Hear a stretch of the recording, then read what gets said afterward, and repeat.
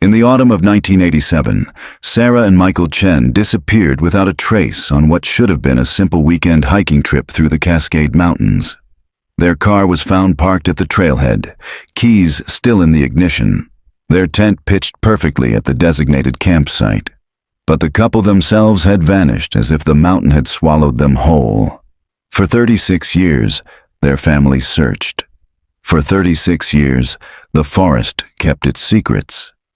Until a drought exposed what the wilderness had hidden all along. If you're fascinated by mysteries that refuse to stay buried, subscribe and join us as we uncover the truth behind one of the Pacific Northwest's most haunting disappearances. The last photograph of Sarah and Michael Chen showed them standing at the base of Thornwood Ridge, their faces bright with anticipation. Sarah's dark hair was pulled back in a ponytail, and Michael had his arm around her shoulders. Both wore new hiking boots and carried matching blue backpacks. They looked young, in love, and completely unprepared for what the mountain had in store. Eleanor Chen kept that photograph on her mantle for 36 years. She dusted the frame every Sunday, careful not to smudge the glass that separated her from the last moment her daughter had been truly, verifiably alive. In the photo, Sarah was 28 years old, a kindergarten teacher with a laugh that could fill a room. Michael was 30, an architect who sketched buildings in the margins of newspapers. They had been married for 2 years. Eleanor was 73 now, and her hands shook more than they used to.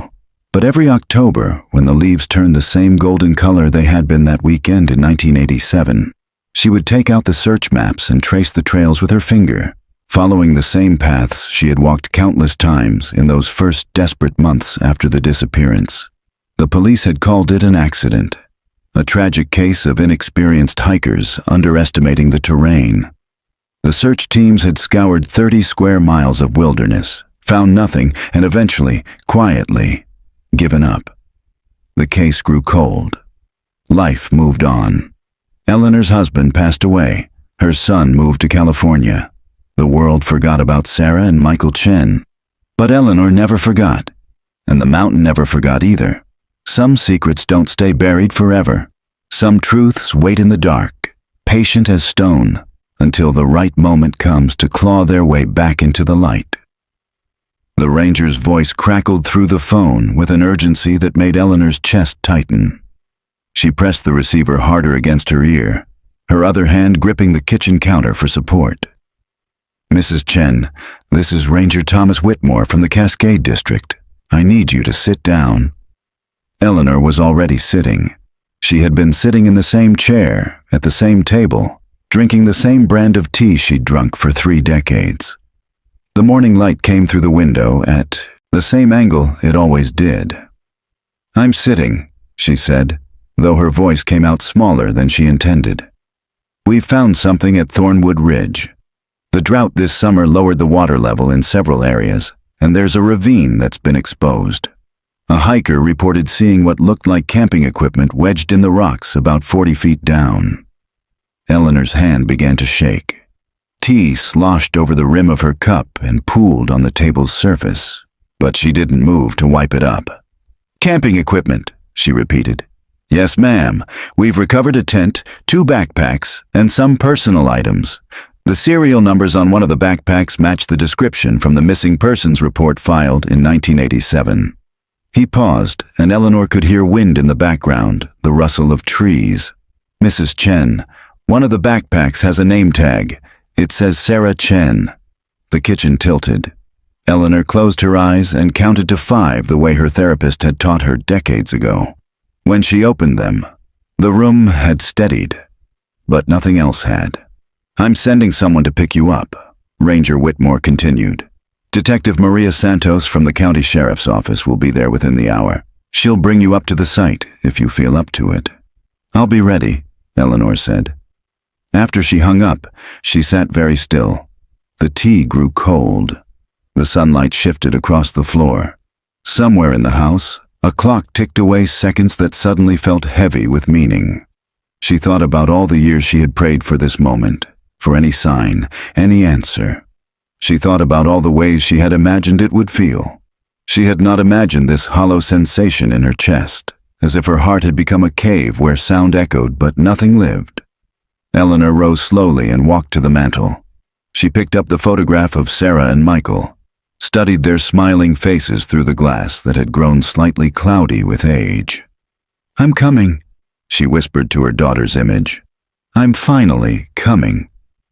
By the time Detective Santos's car pulled into the driveway, Eleanor had changed into sturdy shoes and a warm jacket. She had filled a thermos with water and packed tissues in her pocket. She had done all the practical things that needed doing, moving through her house like a ghost preparing for a journey it had always known it would have to make. Detective Santos was younger than Eleanor had expected, perhaps 40, with short dark hair and eyes that had seen enough tragedy to recognize it in others. She shook Eleanor's hand gently and opened the car door without asking unnecessary questions. They drove north in silence. The city gave way to suburbs, then to farmland, and finally to the dense forests that climbed the foothills of the Cascades. Eleanor watched the trees thicken outside her window, their trunks pressing closer to the road until the sunlight came through in fragmented pieces, dappled and uncertain. "The area where we found the equipment is off the main trail," Detective Santos said eventually. "About 2 miles from where your daughter and son-in-law pitched their tent. The ravine wasn't visible in '87 because it was full of runoff water. It looked like solid ground covered with brush." "They fell," Eleanor said. "It wasn't a question. We don't know yet. The recovery team is still working, but Mrs. Chen, I need to prepare you. We found remains." Eleanor had known, of course. Some part of her had always known. But hearing the words spoken aloud made it real in a way that 36 years of absence never had. "Both of them?" she asked. Detective Santos's hands tightened on the steering wheel. "We're still excavating the site. The bones are badly degraded. It's going to take time to process everything." They turned onto a logging road that wound up into the mountains. The pavement ended and gave way to gravel, then to dirt packed hard by decades of seasonal rains. The car climbed higher, and Eleanor felt the pressure building in her ears, or perhaps in her skull, or perhaps in the place where grief had lived so long it had become part of her skeleton.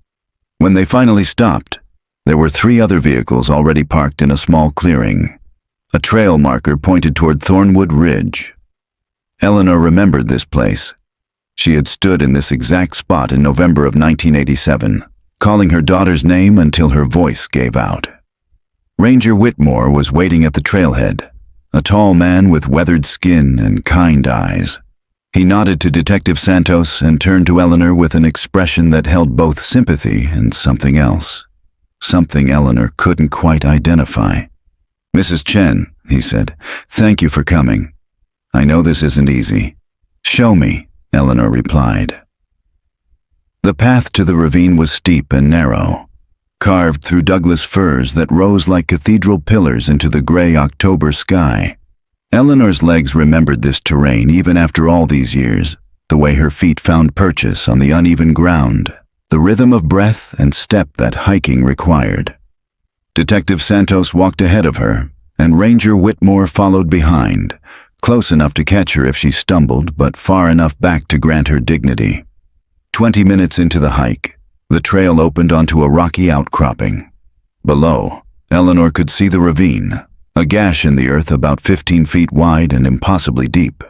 A team of people in official vests worked among the rocks, some photographing, others carefully placing items into evidence bags. Yellow tape marked off a large perimeter, and a portable shelter had been erected over part of the site.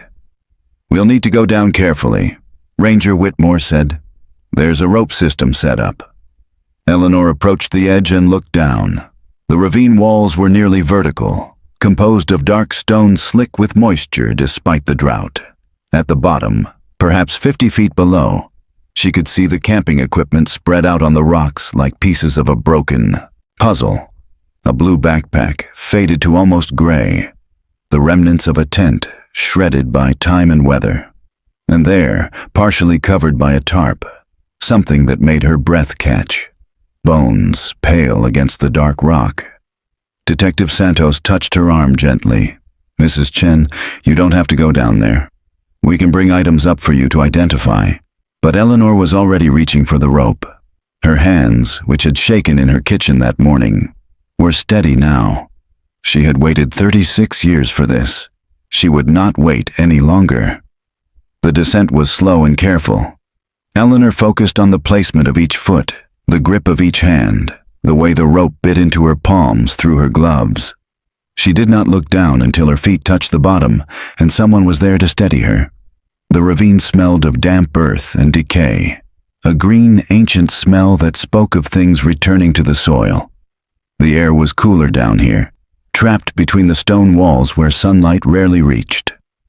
Eleanor could hear water trickling somewhere nearby, a hidden stream that had worn away at the rock for centuries.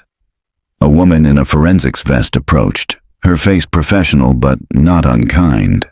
"I'm Dr. Patricia Moore, the forensic anthropologist. You must be Mrs. Chen." Eleanor nodded, unable to speak. She was staring at the backpack, at the name tag still visible despite the years. Sarah's handwriting, careful and neat the way she had made all her students write their names on their artwork. "We've documented everything in situ," Dr. Moore continued. "We're about to begin the recovery process, but before we do, I wanted to ask if you could identify any of these items." Eleanor moved closer. Besides the backpack and tent, there were other objects scattered among the rocks. A flashlight, its casing cracked. A water bottle. A rain jacket still partially stuffed into its pouch. And there, caught between two stones, something that made Eleanor's knees weaken. A small notebook with a red cover. "That's Michael's," she whispered. "He always carried it. He would sketch things, buildings he wanted to design." Detective Santos appeared beside her.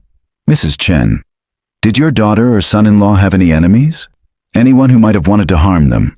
Eleanor turned to look at her, confused by the question. "It was an accident. They fell, didn't they?" Dr. Moore and Detective Santos exchanged a glance, and Eleanor felt something cold settle into her stomach. "Mrs. Chen," Dr. Moore said carefully, "we found the remains at the bottom of the ravine, but their positioning is unusual. The tent and camping equipment are here, but the bones were found approximately 20 feet away from the campsite, partially covered by rocks." "Covered," Eleanor repeated. "You mean buried?" "We can't be certain yet," Detective Santos said. "But there are some irregularities we need to investigate. The way the equipment is arranged, the location of the remains, certain damage to the bones that we need to examine more closely." Eleanor looked around the ravine with new eyes. The scattered equipment no longer seemed random but deliberate, as if someone had thrown it down after the fact. The tent, shredded and weathered, showed tears that could have been from time or from something more violent. "What are you saying?" Eleanor asked, though part of her already knew. Detective Santos met her eyes directly. "We're saying this might not have been an accident. We're treating this as a potential crime scene." The words hung in the cold air between them. Above, at the rim of the ravine, a crow called out, its voice harsh and mocking. Eleanor felt 36 years of grief shift inside her chest, transforming into something darker and heavier. All this time, she had been mourning an accident. All this time, she had blamed the mountain, the weather, simple bad luck. But if Detective Santos was right, if this was something else, then someone had taken her daughter from her. Someone had looked Sarah in the eyes and decided she should die. "I want to know everything," Eleanor said, her voice stronger now. "I want to know what happened to my daughter." Dr. Moore nodded. "We'll find out. But Mrs. Chen, you need to prepare yourself. Sometimes the truth is harder to bear than the unknown." Eleanor looked down at the bones partially visible beneath the tarp, at what remained of her daughter after 36 years in the dark. "I've been living with the unknown for more than half my life," she said. "I'll take the truth, no matter what it costs." The motel room smelled of industrial cleaner and old carpet.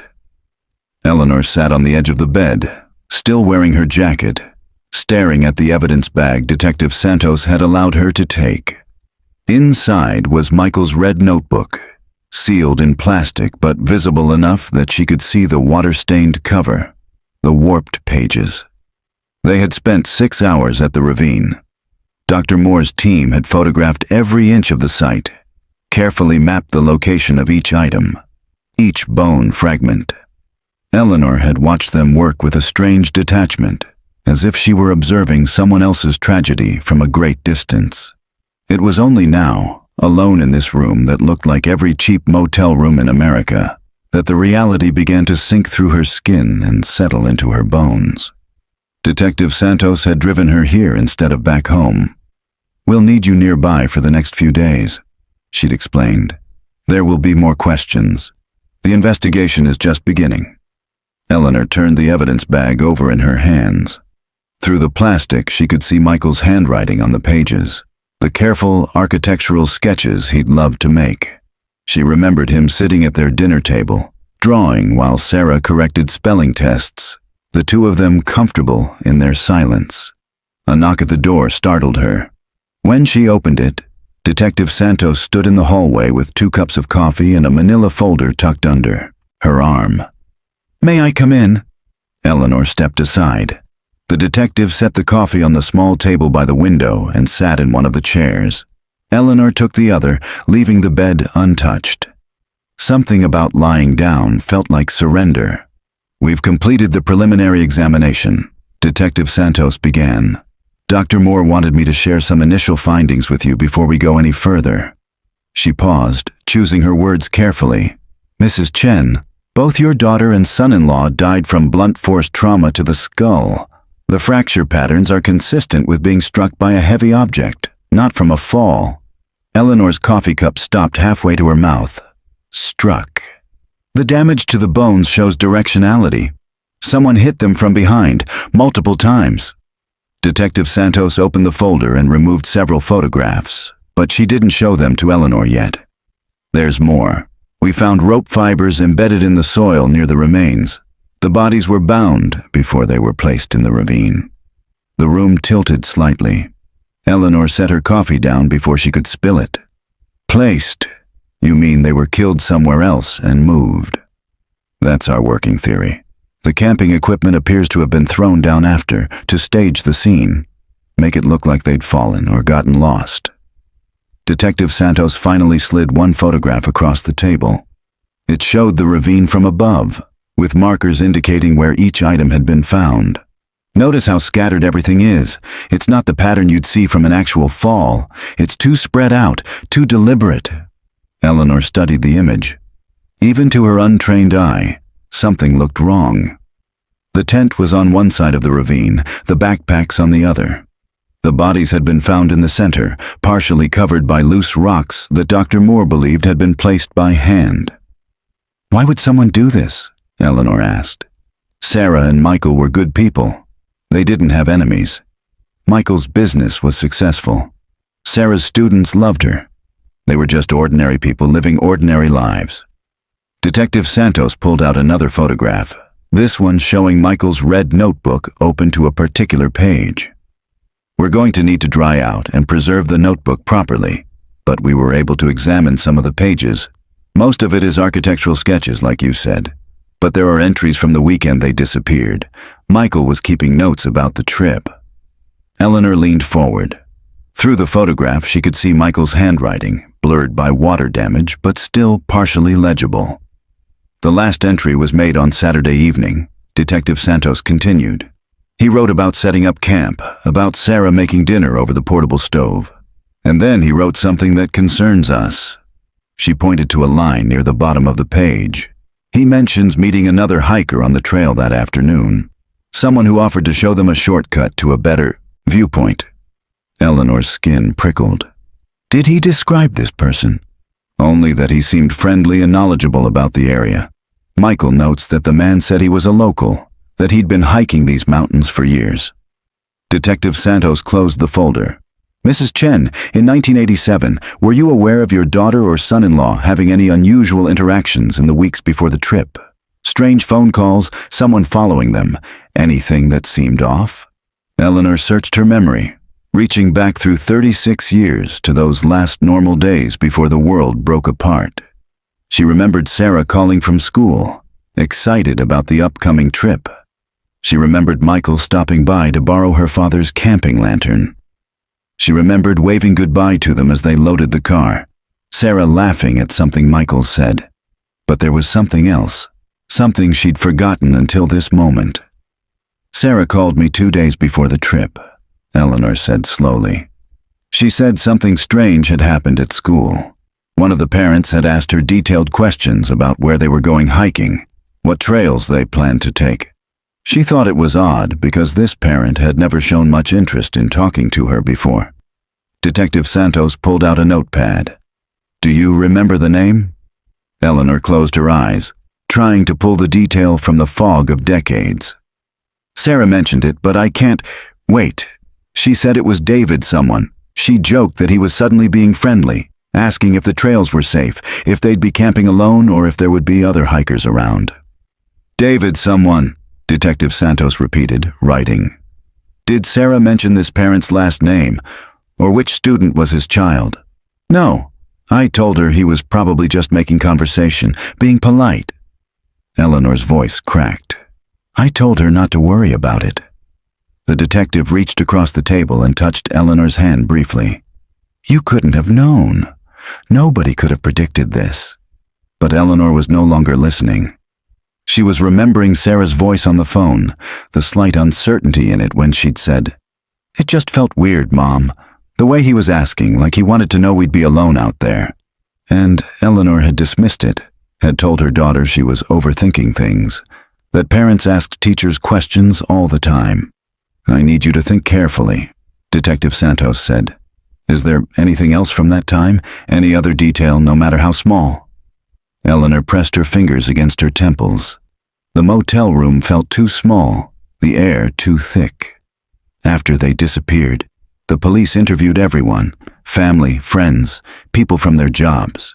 Did they talk to the parents from Sarah's school? "I'll need to review the original case file, but I can check." Detective Santos stood. "Get some rest. Tomorrow we're going to start re-interviewing people from 1987. Anyone who knew them, anyone who was in the area that weekend. This case may be 36 years old, but somebody knows what happened. And now that we know we're looking at a homicide, everything changes." After the detective left, Eleanor sat in the dark room and stared at the evidence bag containing Michael's notebook. Inside those water-damaged pages was her daughter's last day, written in her son-in-law's careful hand. Inside was the moment they met their killer, though Michael hadn't known it when he wrote those words. Someone friendly, someone local, someone who'd offered to help. Eleanor thought about evil disguised as kindness, about how predators learned to smile while they hunted. She thought about Sarah trusting that smile, following that helpful stranger toward what she believed was a beautiful view. The mountain hadn't swallowed them after all. Something far worse had. The county archives smelled of dust and old paper. Detective Santos led Eleanor down narrow aisles lined with filing cabinets and cardboard boxes, their footsteps echoing in the fluorescent-lit space.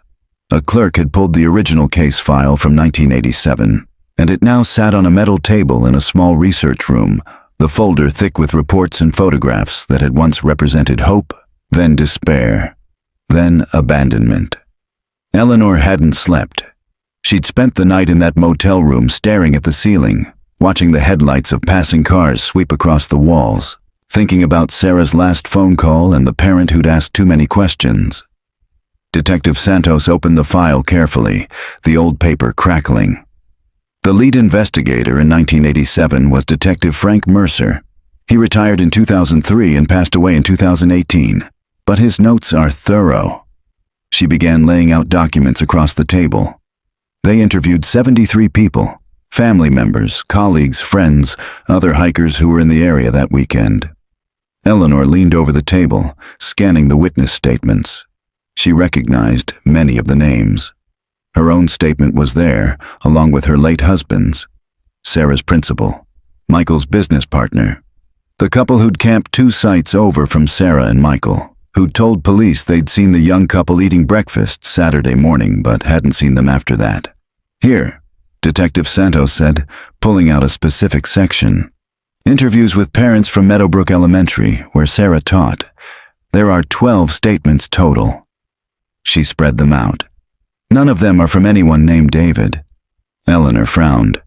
But Sarah specifically said, I believe you, but either the original investigation missed him or he deliberately avoided being interviewed.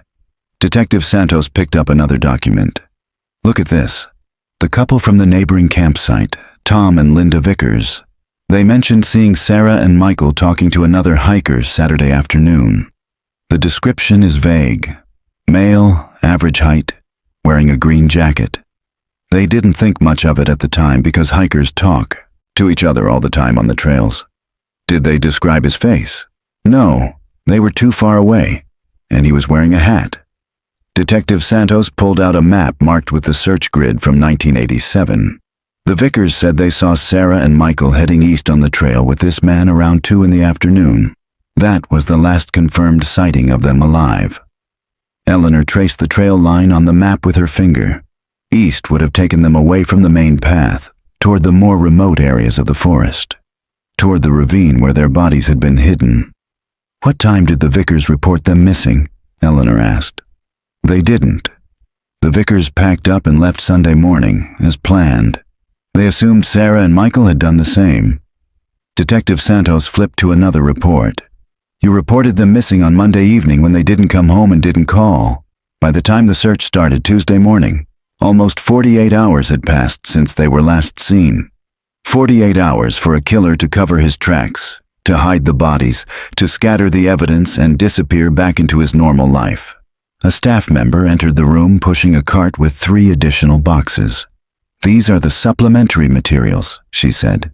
Photos from the search, personal effects that were logged, news clippings.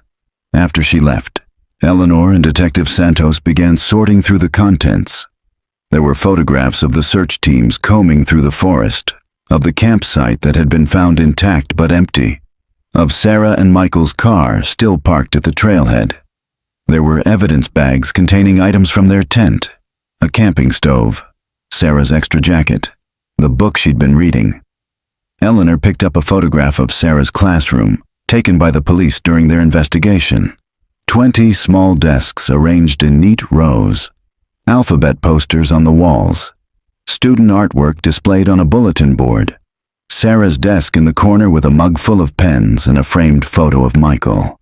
Can we find out who was in her class that year? Eleanor asked. If this David person had a child in Sarah's class, there must be records. Detective Santos nodded slowly. School records from 1987 might still exist, but they'll be archived. It could take a few days to access them. She paused. But there's another angle we can pursue. The school district would have required background checks for any parent volunteers or field trip chaperones. If this David was involved with the school in any official capacity, there would be paperwork. They spent another 2 hours examining the file, but there were no more revelations hidden in the old reports. The investigation had been competent, but ultimately unsuccessful, hampered by the assumption that the couple had gotten lost or fallen to their deaths. No one had been looking for evidence of foul play because the campsite had seemed undisturbed, and there were no witnesses to suggest violence. It was nearly noon when Detective Santos's phone rang. She answered, listened, and her expression grew grave. We're on our way, she said, then turned to Eleanor. Dr. Moore has completed the preliminary analysis of the remains. She wants us at the medical examiner's office. The drive took 40 minutes. Eleanor watched the landscape pass, trying to reconcile the beauty of the autumn forest with the horror it had concealed. The trees were innocent, she reminded herself. The mountain was innocent. Only people were capable of the kind of evil that had taken her daughter. Dr. Moore met them in a sterile conference room that smelled of antiseptic. On the table were several photographs and a thick report. The forensic anthropologist looked tired, as if she'd been working through the night. I wanted to show you this in person, she said, directing their attention to a particular photograph. It showed a skull, cleaned and positioned for analysis. Even Eleanor, with no medical training, could see the damage. A large fracture across the back, splintered bone, the unmistakable mark of violence. Both victims were struck from behind, Dr. Moore explained. The weapon was likely a heavy, blunt object. A rock, possibly, or a piece of wood. The strikes were forceful and repeated. This was not a momentary act of rage. This was sustained, deliberate killing. Eleanor gripped the edge of the table. She had known, intellectually, that her daughter had been murdered. But seeing the evidence of that violence, the physical proof of Sarah's last terrible moments, made it real in a way that hollowed her out from the inside. "There's something else," Dr. Moore continued. "We found trace evidence in the soil samples from around the remains. Synthetic fibers that don't match the clothing or equipment belonging to the victims. These fibers are consistent with rope manufactured in the mid-1980s, used commonly for climbing or securing loads." "The rope that bound them," Detective Santos said. "Yes, but here's what's interesting. The rope was removed before the bodies were placed in the ravine. The killer took it with him, but microscopic fibers remained embedded in the surrounding soil." Dr. Moore pulled out another image, this one a microscopic view of blue synthetic fibers. "These fibers are from a specific type of rope, polyester blend, 3-strand twisted construction, with a distinctive dye pattern. It was sold primarily through outdoor supply stores in the Pacific Northwest during that time period." Detective Santos leaned forward. "So we're looking for someone who had access to climbing rope, who was familiar enough with the area to know about the ravine, and who had some connection to Sarah Chen before the trip." "There's one more thing," Dr. Moore said quietly. She pulled out a final photograph, this one showing a small bone, delicate and separate from the rest. "We found this approximately 5 feet from the other remains. It's a finger bone. The positioning suggests it was deliberately severed post-mortem." The room fell silent. Eleanor stared at the image, her mind struggling to comprehend what she was seeing. "He took a trophy," Detective Santos said, her voice flat with disgust. Dr. Moore nodded. "The cut marks on the bone are consistent with a sharp blade. This was done carefully, intentionally. Whoever killed Sarah and Michael Chen didn't just murder them. He wanted something to remember them by." Eleanor rose abruptly and walked to the corner of the room. She pressed her forehead against the cool wall and focused on breathing, on not allowing the horror to overwhelm her completely. Behind her, she could hear Detective Santos and Dr. Moore speaking in low voices, discussing serial killer profiles and psychological indicators. A trophy. Someone had murdered her daughter and taken a piece of her as a souvenir. The question that had haunted Eleanor for 36 years had finally been answered. Now she faced a new question, one that was somehow worse. What kind of person could do such a thing? And where was he now? Eleanor returned to Meadowbrook Elementary for the first time in 3 decades on a gray Wednesday morning. The building had been renovated since 1987, the brick facade repainted, new windows installed, but the basic structure remained the same. She stood in the parking lot for several minutes, gathering her courage, remembering all the times she'd visited Sarah here, watching her daughter light up when talking about her students. Detective Santos waited beside her, patient and quiet. They were here to meet with the school administrator, who had promised to help locate class records from that year. Inside, the hallway smelled of floor wax and children's art supplies, unchanged despite the decades. Eleanor followed a staff member to the main office, where a woman in her 50s with kind eyes and graying hair stood to greet them. "Mrs. Chen, I'm Patricia Hoffman, the district records coordinator. I'm so sorry for your loss." She gestured to a table where several file boxes sat. "I pulled everything we have from the 1986-87 school year. Sarah's class roster, parent volunteer forms, field trip permissions, everything." Eleanor approached the table slowly. These boxes contained the mundane paperwork of her daughter's last year of life. Attendance sheets, progress reports, permission slips signed by parents who had no idea their teacher would be dead within months.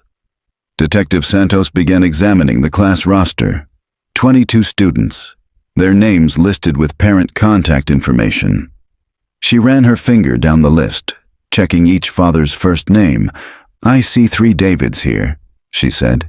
"David Morrison, father of Emma Morrison, David Yee, father of Justin Yee, and David Palmer, father of Kelsey Palmer." Patricia pulled up digital records on her computer. "Let me check our current database.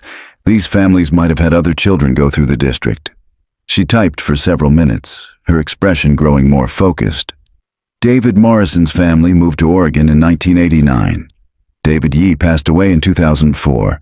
And David Palmer, she paused, clicking through screens. David Palmer's last known address is still local.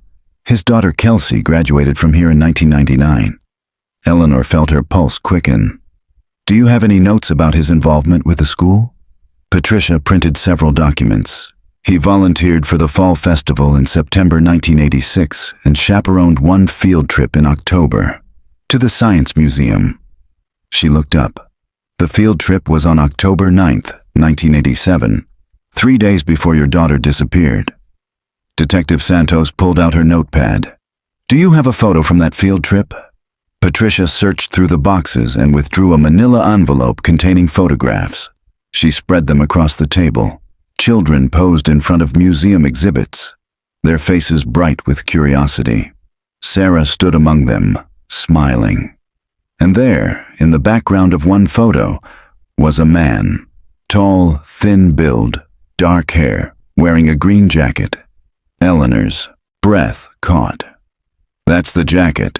The couple at the campground said the man they saw was wearing a green jacket. Detective Santos held the photo closer. The man's face was partially turned away, but his profile was visible. Late 30s or early 40s, with sharp features and glasses. "Is this David Palmer?" she asked Patricia. "I would need to verify, but based on the date and location, it's likely." Patricia returned to her computer. "Let me pull up his volunteer application." She found the file and opened it. The document included a photocopy of his driver's license from 1986. The face matched. Detective Santos photographed the documents with her phone. "I need his current address and any other information you have." As Patricia compiled the information, Eleanor stared at the field trip photo. David Palmer stood slightly apart from the other parents, his posture odd, his attention not on the children, but on Sarah. Even in this grainy image from decades ago, something about his focus seemed wrong, too intense, predatory. "He was watching her," Eleanor whispered. Even then, he was watching. Detective Santos touched her arm gently. "We don't know anything for certain yet. We need to investigate carefully." But Eleanor knew. Some instinct that had been dormant for 36 years now screamed with certainty. This was the man. This was the person who had smiled and offered help and led her daughter to her death. 20 minutes later, they sat in the car outside David Palmer's registered address, a modest house in a quiet neighborhood. The yard was well maintained. A newer model sedan sat in the driveway, and nothing about the property suggested anything sinister. "I'm going to knock on the door," Detective Santos said. "You need to stay here." "No." Eleanor's voice was firm. "I'm coming with you. Mrs. Chen, I've waited 36 years. I'm not sitting in a car while you talk to the man who might have murdered my daughter." Detective Santos studied her face, then nodded slowly. "Stay behind me. Don't speak unless I indicate you should, and if anything feels wrong, you get back to the car immediately." They approached the front door together. Detective Santos rang the bell. Footsteps sounded inside, and then the door opened. The man who stood there was in his late 60s now, his dark hair gone gray, his face more lined than in the photograph. But Eleanor recognized him instantly. The sharp features, the way he held himself slightly back from the doorway, the calculating look in his eyes as he assessed them. "David Palmer." Detective Santos showed her badge. "I'm Detective Maria Santos with the County Sheriff's Office. I'd like to ask you a few questions about an incident from 1987. Something flickered across Palmer's face, there and gone so quickly Eleanor almost missed it. Recognition, and beneath it, the faintest trace of a smile. 1987, he said, his voice pleasant and unremarkable. "That's quite a long time ago. What incident are you referring to? The disappearance of Sarah and Michael Chen. They went missing on a hiking trip to Thornwood Ridge. You knew Sarah Chen. Your daughter was in her class. Palmer's expression remained carefully neutral, but his hands, Eleanor noticed, had tightened on the door frame. Oh yes, Mrs. Chen, lovely teacher. I was so sorry to hear about what happened. Such a tragedy. When was the last time you saw her? Detective Santos asked. Palmer appeared to think about this. At school, I suppose. When I picked up Kelsey. Maybe a few days before the accident? It wasn't an accident, Eleanor said, unable to stay silent any longer. We know what happened. We found their bodies. Palmer's eyes shifted to her, and for just a moment, the pleasant mask slipped. What Eleanor saw underneath made her blood freeze. It was emptiness, vast and cold and hungry. Then he smiled again, all warmth and sympathy. I don't understand. Are you suggesting something other than a hiking accident? That seems rather unlikely after all this time. Detective Santos stepped slightly forward, positioning herself between Eleanor and Palmer. We're investigating all possibilities. Where were you on the weekend of October 10th through 12th, 1987? I couldn't possibly remember. That was decades ago. Palmer's tone remained pleasant, but something had changed in his posture. He was alert now, watchful. If you have specific questions, perhaps I should contact my attorney. That's your right, Detective Santos said, but we'd appreciate your cooperation. This is a murder investigation, Mr. Palmer. The word murder hung in the air between them. Palmer's smile never wavered, but Eleanor saw his pupils dilate, saw the muscles in his jaw tighten almost imperceptibly. A murder investigation, he repeated softly. How fascinating. Well, Detective, as I said, I think I'll need to speak with my attorney before I say anything further. I'm sure you understand. He began to close the door, but Detective Santos placed her hand against it. We'll be in touch, Mr. Palmer. Very soon. The door closed with a quiet click. Eleanor and Detective Santos returned to the car in silence. Neither spoke until they'd driven several blocks away. He did it, Eleanor said, her voice shaking.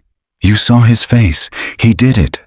Detective Santos gripped the steering wheel tightly. I saw, but seeing and proving are different things. He's going to lawyer up, and without physical evidence connecting him to the crime scene, we have a problem. The rope fibers were generic, sold at dozens of stores across the region. Unless we can find that specific rope in his possession, or find witnesses who can place him at Thornwood Ridge that weekend, we need more. She pulled over and turned to face Eleanor. But I believe you, and I'm going to build a case against him, piece by piece if I have to. He's had 36 years to feel safe. That ends now. The task force assembled 3 days later in a conference room at the county sheriff's office. Besides Detective Santos and Eleanor, there were 5 other people present. 2 additional detectives, Dr. Moore, a criminal psychologist named Dr. Raymond Price, and a cold case specialist who'd driven up from Portland. Detective Santos stood at the head of the table, photographs and documents spread before her. David Palmer has retained an attorney and refuses to speak with us, but we've been digging into his background and what we've found is disturbing. She pinned a photograph to the board behind her. David Palmer's driver's license photo from 1987. Then she added more photos, a timeline stretching across the wall. Palmer was born in 1949 in Seattle. His father was military, and the family moved frequently during his childhood. Palmer was a loner, according to old school records. He dropped out of community college in 1969 and worked various jobs: landscaping, construction, outdoor equipment stores. Detective Santos paused. In 1972, a woman named Jennifer Hartley disappeared while hiking near Mount Rainier. She was never found. She added Jennifer's photo to the board. Young, dark-haired, approximately the same age Sarah had been. Palmer lived 30 miles from the trailhead where Jennifer was last seen. He was working at an outdoor supply store at the time. She added another photo. In 1978, Carol and Dennis Wright disappeared during a camping trip in the Olympic National Forest. Again, never found. Palmer was living in that area, working as a freelance wilderness guide. The pattern was emerging, stark and terrible. Eleanor felt sick. After the rites, Palmer moved to the Cascades region. He married in 1980, had a daughter in 1981, divorced in 1992. His ex-wife lives in California now. I spoke with her yesterday. Detective Santos pulled out a notepad. She said he was obsessed with hiking, would disappear for days at a time. She also said he kept extensive journals about the trails, about people he encountered. When they divorced, he took all those journals with him. Dr. Price, the psychologist, leaned forward. This profile is consistent with an organized serial killer. Someone who plans meticulously, who chooses victims in isolated locations where bodies can be hidden. The trophy-taking behavior Dr. Moore identified is also consistent. These killers often keep mementos. Can we search his house? Eleanor asked. Those journals, we're working on a warrant, Detective Santos said. But it's complicated. We need probable cause, and right now all we have is circumstantial evidence and a pattern of being in the vicinity of disappearances. His attorney will fight it. The cold case specialist, a woman named Agent Reeves, spoke up. I ran Palmer through our database. We have 16 unsolved disappearances in Washington and Oregon between 1972 and 1995 that fit a similar pattern. Hikers, campers, people alone or in pairs in remote areas. All the disappearances occurred within a 100-mile radius of wherever Palmer was living at the time. 16. The number seemed impossible, monstrous. Eleanor thought about 16 families like hers, 16 sets of parents or children or siblings who'd spent decades wondering, hoping, grieving without answers. Has he killed since 1995? One of the other detectives asked. Not that we can find, Agent Reeves replied. Either he stopped, or he moved to a different hunting ground, or he got better at hiding bodies. She pulled up a map on her laptop. But here's what's interesting. In 1996, Palmer bought property in a remote area about 60 miles from here. 40 acres of forest with a small cabin. Very isolated.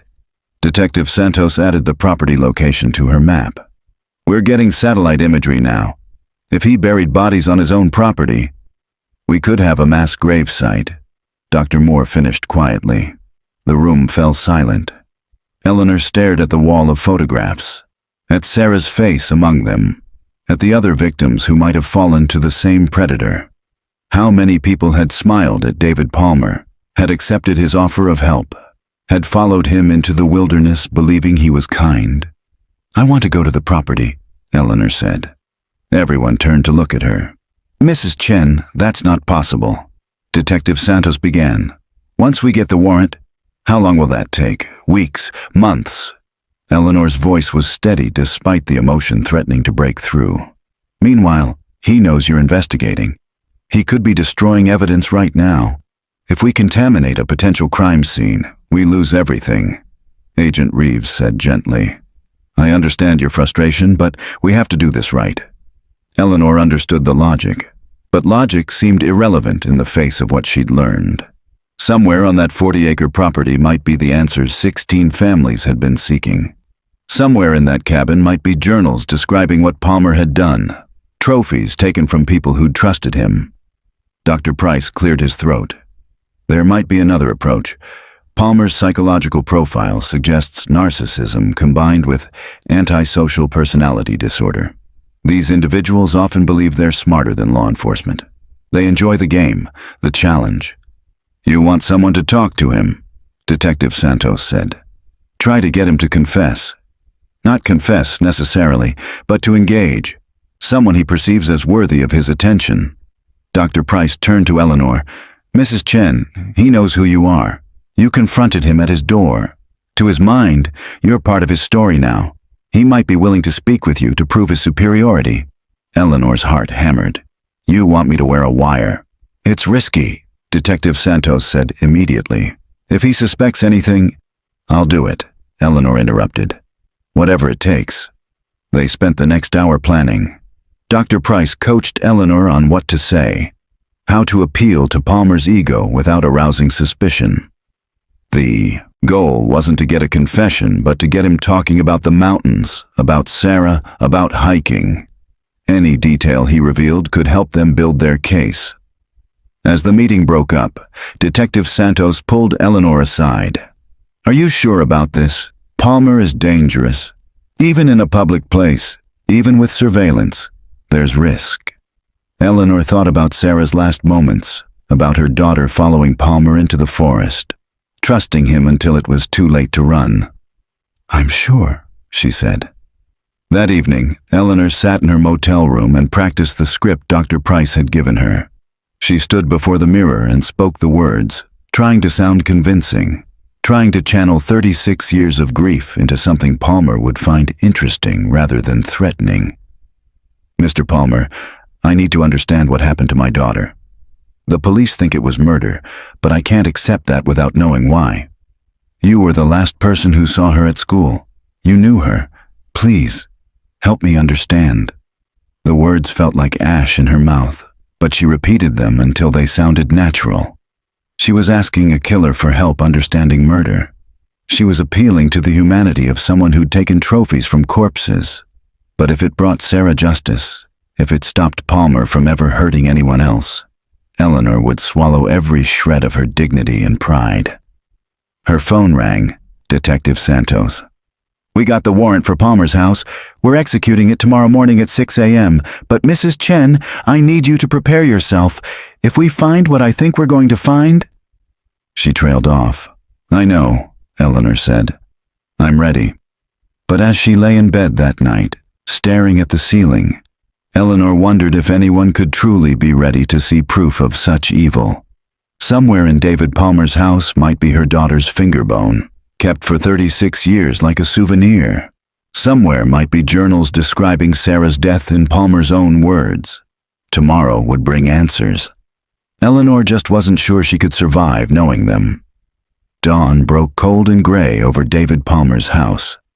Eleanor watched from Detective Santos's car as the tactical team assembled, their movements precise and efficient. They'd parked 3 houses down, close enough to see but far enough to stay clear of the operation. 6 police vehicles lined the quiet street, and neighbors were beginning to emerge from their homes, drawn by the unusual activity. At exactly 6 a.m., the team moved. Detective Santos spoke quietly into her radio, coordinating with the officers at Palmer's door. Eleanor heard the knock, heard the announcement, and then watched as the door opened and David Palmer was led out in handcuffs. He was dressed in pajamas and a robe, his gray hair disheveled, but his face held that same calculating expression Eleanor had seen days before. As officers guided him toward a patrol car, his eyes swept the street and found Eleanor sitting in the detective's vehicle. He smiled. It was a small smile, almost gentle, and it made Eleanor's skin crawl. Even now, caught and exposed, he seemed amused by the situation, as if the entire investigation were merely an interesting game he'd been playing and had now gracefully decided to lose. "Don't look at him," Detective Santos said. But Eleanor couldn't tear her eyes away. She needed to see this, needed to watch Palmer's freedom end, needed proof that he couldn't hurt anyone else. The patrol car pulled away with Palmer inside. Detective Santos received clearance through her radio, and they approached the house. The front door stood open, revealing a tidy living room with generic furniture and walls bare of personal photographs. Nothing about the space suggested the monster who lived here. Dr. Moore was already inside, directing her forensics team. Officers moved through rooms methodically, photographing everything before touching anything. Detective Santos led Eleanor to the kitchen, where they could observe without interfering. "We found a locked room in the basement," an officer reported over the radio. "Bolt cutters going through now." Eleanor's heart hammered as they waited. Minutes stretched like hours. Then Detective Santos's radio crackled again. "You need to see this."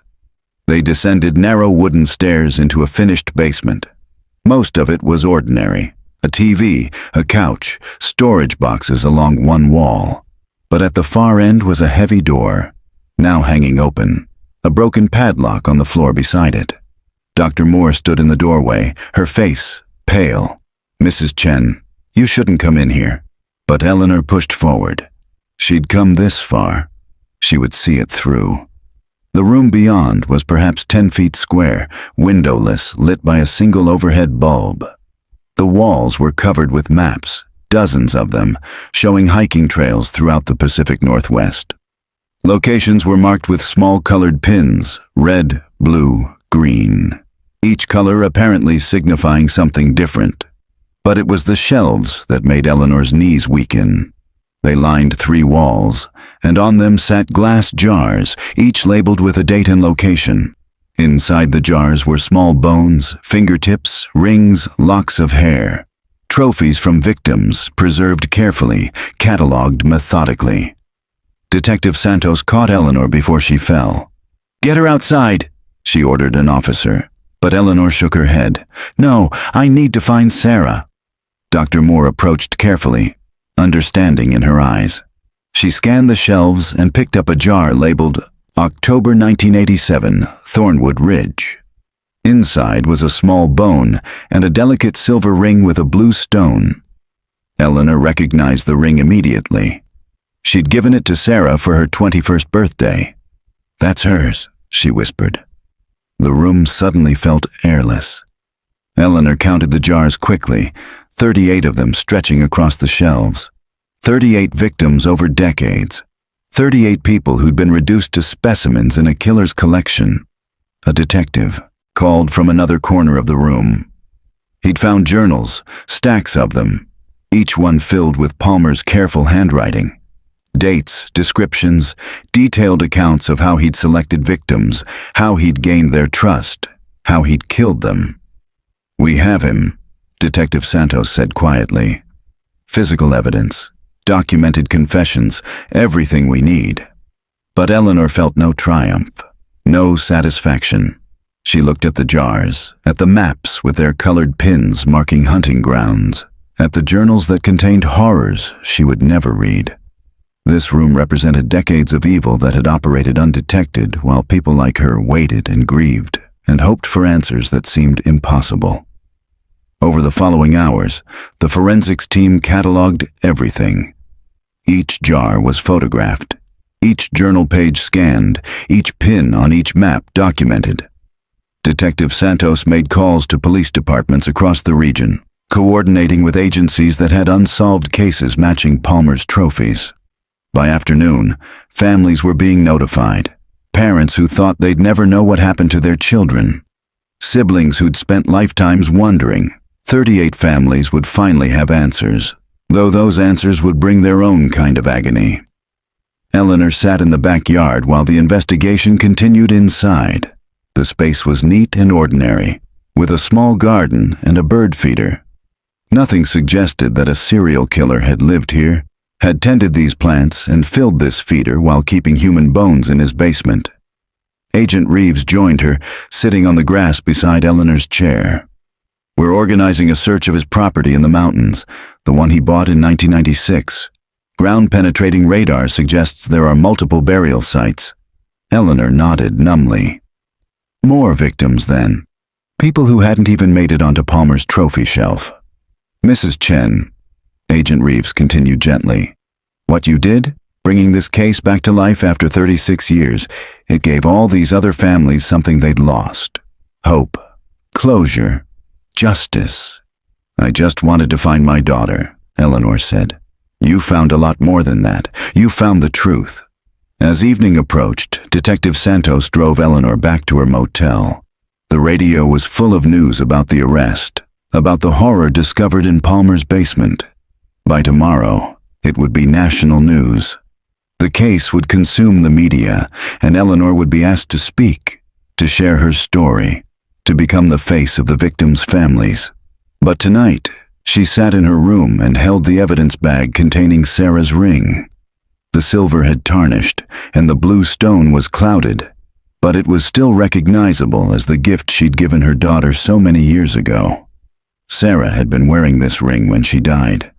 Palmer had taken it from her body and kept it all these years, preserved in glass like an insect specimen.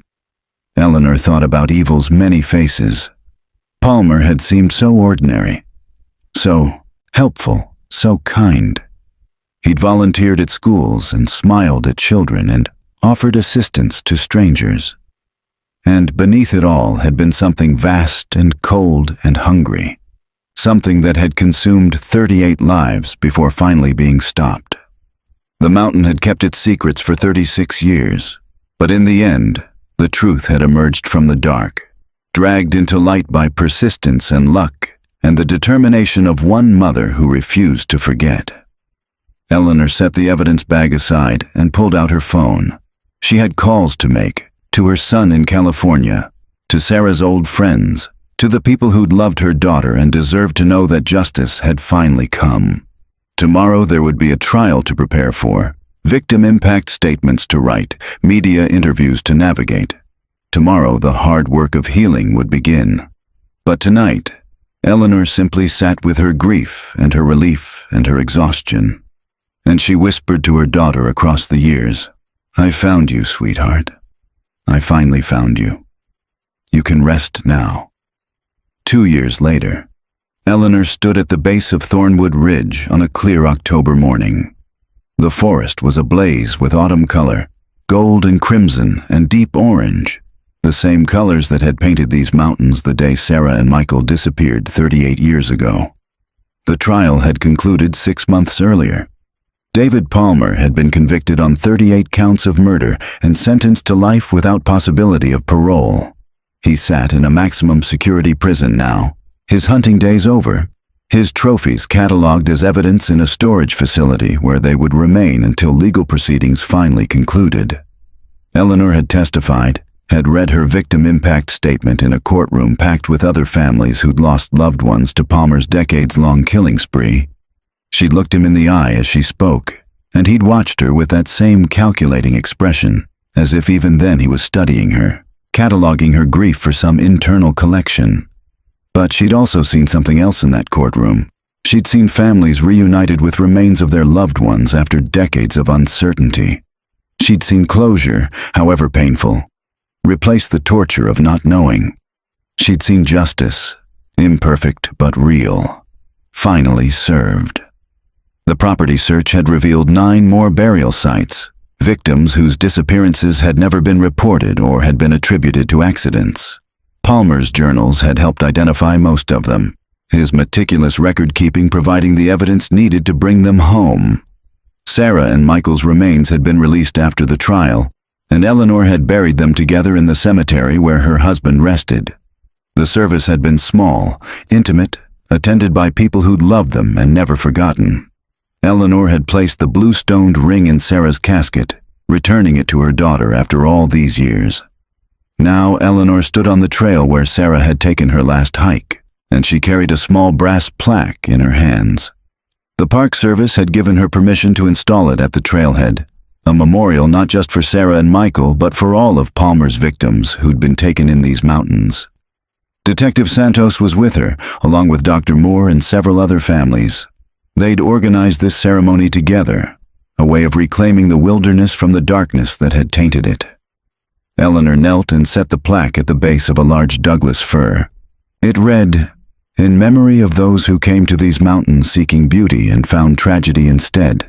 Sarah Chen, Michael Chen, and 36 others. May they rest in peace in the wilderness they loved." She traced the letters of Sarah's name with her finger, then stood slowly. Her knees weren't what they used to be. She was 75 now, and the years weighed heavily. But she'd survived. She'd found answers. She'd seen justice done. "Thank you," she said to Detective Santos, "for believing me, for not giving up." The detective squeezed her hand. "Thank you for starting this, for refusing to let time bury the truth." They hiked together for an hour, following the trail Sarah had walked that last day. Eleanor moved slowly, taking in the beauty of the forest, the way sunlight filtered through the canopy, the sound of wind in the high branches. She understood why Sarah had loved it here, had wanted to share it with Michael. The wilderness itself was innocent. It was only people who brought evil to these places. When they returned to the parking lot, Eleanor paused beside her car and looked back at the mountains rising above the tree line. Thornwood Ridge stood against the sky, indifferent and eternal, already forgetting the human drama that had played out on its slopes. Eleanor thought about the journey that had brought her here. 36 years of searching, of hoping, of refusing to accept that her daughter was simply gone. 2 years of investigation, trial, and testimony. And now this moment, standing in the place where Sarah's story had ended, finally able to say goodbye. "I love you," she whispered to the mountain, to the forest, to the daughter who was no longer there but whose memory lived on. "I never stopped loving you." As she drove away, Eleanor glanced in her rearview mirror at the mountains receding behind her. The trail would remain, and so would the memorial. Future hikers would see the plaque and remember that beauty and danger often lived side by side, that trust could be weaponized by those who understood how to smile while they hunted. But they would also remember the families who'd never stopped searching, who'd dragged truth from darkness through sheer force of will and love. They would remember that some mysteries could be solved, that justice might be delayed but need not be denied, that persistence in the face of loss could eventually yield answers. Eleanor Chen had lost 36 years to uncertainty and grief, but in the end, she'd won something back, the truth, however terrible, and the knowledge that her daughter's killer would never hurt anyone again. It wasn't the ending she'd wanted. It wasn't the happy reunion she dreamed of during those first desperate months after the disappearance. But it was closure, real and solid and permanent. Sometimes, Eleanor thought as she navigated the winding road back to civilization, that had to be enough. The mountains fell away behind her, holding their remaining secrets close, waiting patiently for the next truth to emerge from the dark.